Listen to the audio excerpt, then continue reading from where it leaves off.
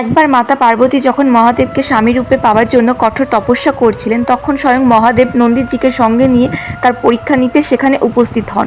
নন্দীজি একটি আহত বাজ পাখির রূপ ধরে মা পার্বতীর সামনে গিয়ে পড়েন। মা পার্বতী সেই আহত বাজ পাখিটিকে নিজের হাতে তুলে নিলেন। তখনই মহাদেব এক শিকারী বেশে সেখানে গিয়ে উপস্থিত হন। শিকারী রূপে মহাদেব বলেন, হে দেবী, এই পাখিটি আমাকে দিয়ে দিন, এটি আমার শিকার।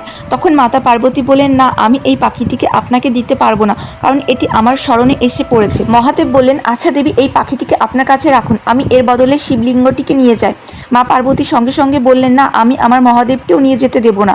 শিকারী বললেন, তবে নির্বাচন আপনার, অথবা আমাকে এই পাখিটি দিন, নতুবা মহাদেবকে দিন। তখন মাতা পার্বতী দৃঢ় কণ্ঠে বললেন, আপনাকে আমি পাখিটিকেও দেব না আর মহাদেবকেও দেব না। তখন শিকারী বলল, দেবী, আপনাকে কিছু না কিছু দিতেই হবে, আমাকে এমন কিছু দিন যা আপনার প্রাণের থেকেও মূল্যবান। মা পার্বতী বললেন, আমার মহাদেবকে ছাড়া আর যাই চাই তুমি চাইতে পারো। তখন শিকারী বলল, আমি চাই আপনার অর্জিত সমস্ত পূর্ণ। মা পার্বতী বিস্মিত হয়ে বললেন, আমার পূর্ণই কেন চাই? শিকারী বলল, কারণ আমি এক শিকারী, বহু জীব হত্যা করেছি, আমার মাথার উপর পাপের বোঝা, আর যদি আপনার পূর্ণ আমার কাছে আসে তাহলে আমার পাপ আর পূর্ণ এক হয়ে যাবে, মৃত্যুর পরে স্বর্গ লাভ হবে। এটাই আমার একমাত্র উপায় যাতে এই পাখি আর মহাদেবকে রক্ষা করা যায়।